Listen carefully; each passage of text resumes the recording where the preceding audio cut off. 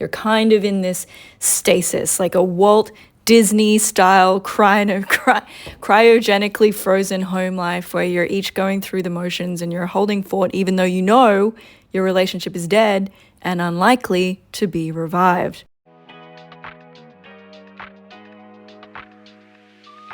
Welcome to Season 3 of Self-Care-ish, a show about being selfish with care. I'm Megan, your host, and each week we riff on different ways to nourish yourself after a divorce, or if you're on a dating or self-dating journey. Either way, I'm so happy we found each other. Let's get into it. Okay, firstly, welcome traveler on this fun and, let's be honest, sometimes not so fun journey that we call life. And if you are in the not so fun stage and potentially going through a divorce or a breakup from a serious relationship right now, you know that it can be this incredibly isolating experience. And I know that because I've been there. I've been right where you are, and it feels like you're the only person going through the pain when you objectively, you know you're not. Like, there's 8 billion people on the planet. But even though we're more connected than ever, like digitally, I feel like we're also more disconnected. Let's be real here. We don't have that tribe or village of people that we can rely on when shit hits the emotional fan. And that, friend, is why I created the Dynamic Detachment program and community. So you can find more info about it at selfcare-ish.com.au/dynamic detachment. And I know that's a fucking mouthful, but essentially it's a 6-week program just to help you escape the funk and the pain of rebuilding your whole life after a relationship. Undeniably, my favorite part of it is you end up with a community of people who are going through exactly what you're going through. We're all in it together, giving advice, helping each other out, and I love it. So if you want to know more, sign up to be in the know for the launch date at selfcare.com.au/dynamic detachment, but the link is in the show notes. And what's going to happen is once we have the right amount of people, I'll send you a little questionnaire because it's really important to me that we let the right people in, like people who really get where we're trying to go here. So if we align, I'll bring you into the fold and the rest is history. Okay, on with the show. This episode starts with a very simple question, but it's probably really hard to answer. Are you in a silent separation right now? And what is a silent separation? Well, I like to think of it as a cross between quiet quitting your job and the relationship between the United States and Russia. It's like you're playing nice for the kids and nothing radically bad is happening if we don't include Ukraine. But you've both got your own lives and interests going on, and occasionally you collide over logistical issues. I guess to summarize it and to put it into more human and relatable terms, I knew that my ex-husband and I were in a silent separation when these things happened. So 1, intimacy went way out the window, like it felt like a complete chore. 2, we were organizing things to do separately, almost deliberately not spending our weekends together. But the scariest one of all, 3, when we couldn't even be bothered to argue anymore.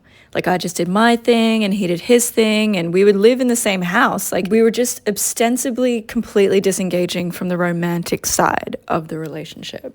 And it's something that happens so subtly that it's incredibly difficult to notice the shift, which is why you always hear marriage counselors say prevention is better than a cure when it comes to relationship issues. And actually, to be honest, thinking about it now, that's actually true for most things.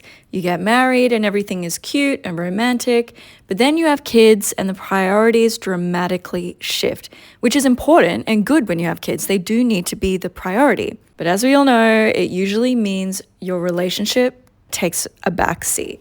Now, I'm just going to cut straight to the solution for this in case you are randomly listening to this and you think you're in pre-silent separation mode, and I want your relationship to thrive. So the holy grail here is for your kids and your relationship to be in tandem priority. And you can nurture this through multiple activities. So things that incorporate both.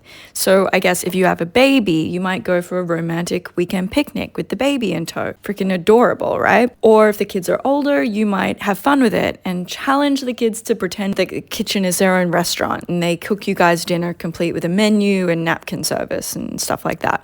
I'm just trying to rattle off ideas that I think are super low lift for you, but things you can do pretty much right now. But ultimately, it's just about finding things that connect you all simultaneously. But this episode is really for the people who are already there, already in the silent separation trenches. And the goal here for this episode is to get you to see it for what it is. A passive cold war that keeps both of you sheltered and clothed, but very, very far from thriving as individuals and as a family. You're kind of in this stasis, like a Walt Disney-style cryogenically frozen home life where you're each going through the motions and you're holding fort even though you know your relationship is dead and unlikely to be revived. You're not working towards your goals or shared goals. You're getting things done and just getting through the day. And more often than not, you're just doing it without any meaningful interactions or conversations with each other. And you would not believe how many people are in these kinds of marriages and relationships. And look, that's not to say things don't get comfortable. Of course they do. And thank God they do, because who can keep up that first flush of romance after the first 6 months? Like, I'm exhausted thinking about it. But when it reaches the silent separation point, you know you're not reaching your potential. And I'm not talking about soaring to the highest heights of your career. I'm talking about your potential for happiness and joy. Because as human beings, we are hardwired to do things to protect ourselves and our kids, which is obviously important. But safety and joy are often not even on the same sides of the same coin. And that's on dopamine, people, because you've got to think of your life almost like a video game with little loot boxes scattered around. I know you can tell I have a son right now because this is a very mother of a son metaphor or analogy, right?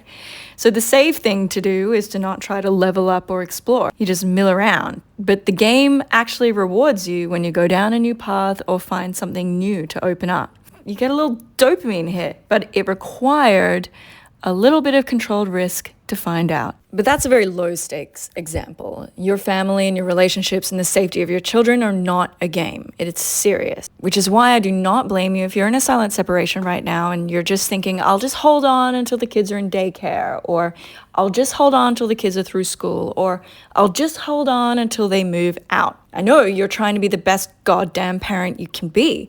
Safety and security for your kids.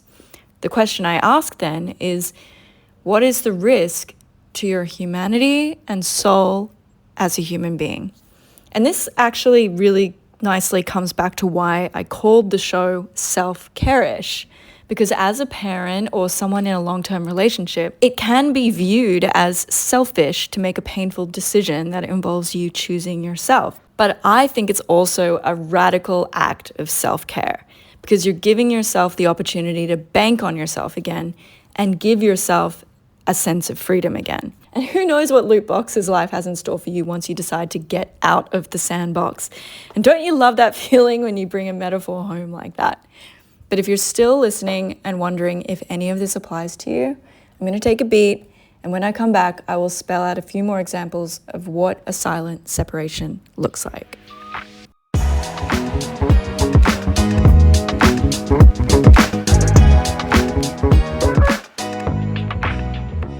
All right, so here you are. Life is not terrible, but it's not great either.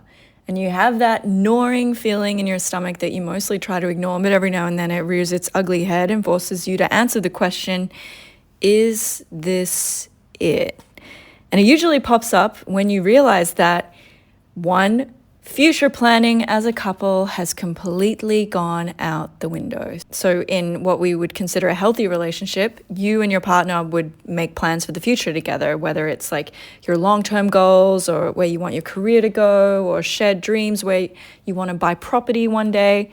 However, when you're in a silent separation, any discussions about the future become scarcer and scarcer, or probably just are non-existent.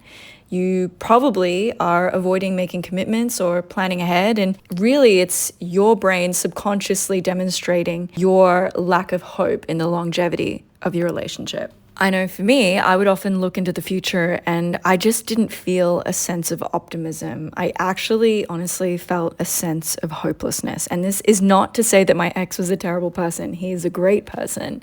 But the essences of who we were and our goals were just not in alignment anymore. But another thing you might notice is you might start feeling a sense of social isolation. And it doesn't always look like this because a lot of silently separated couples have friend groups that they see separate to their spouses. And you can also do this in healthy relationships, so it can be very confusing for people to figure it out.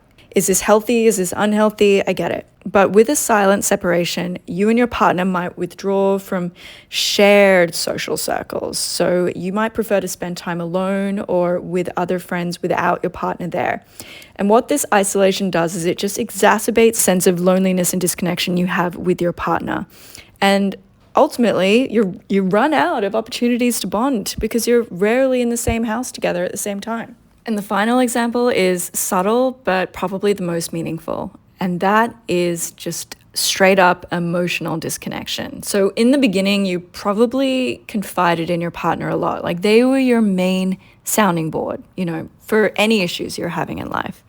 In a silent separation, though, you might find that you gradually become more emotionally detached from your partner and you're no longer just confiding with them with your day or challenges at work. So instead, you might end up relying on your friends or family members or even a coworker for emotional fulfillment. This is where you hear a lot of this is my work wife, this is my work husband stuff. So what that does is it just forces the gap between you and your partner even further apart.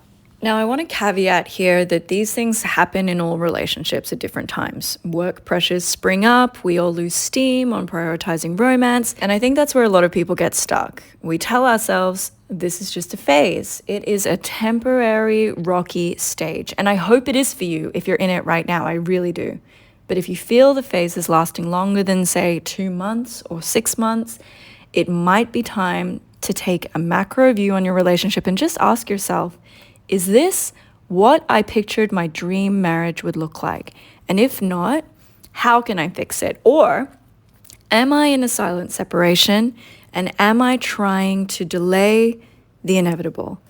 And this is where I ask you, if you're in the latter camp and if you get excited at the prospect of living life on your terms again, it's okay to say, look, you and I, we're friends. We don't hate each other.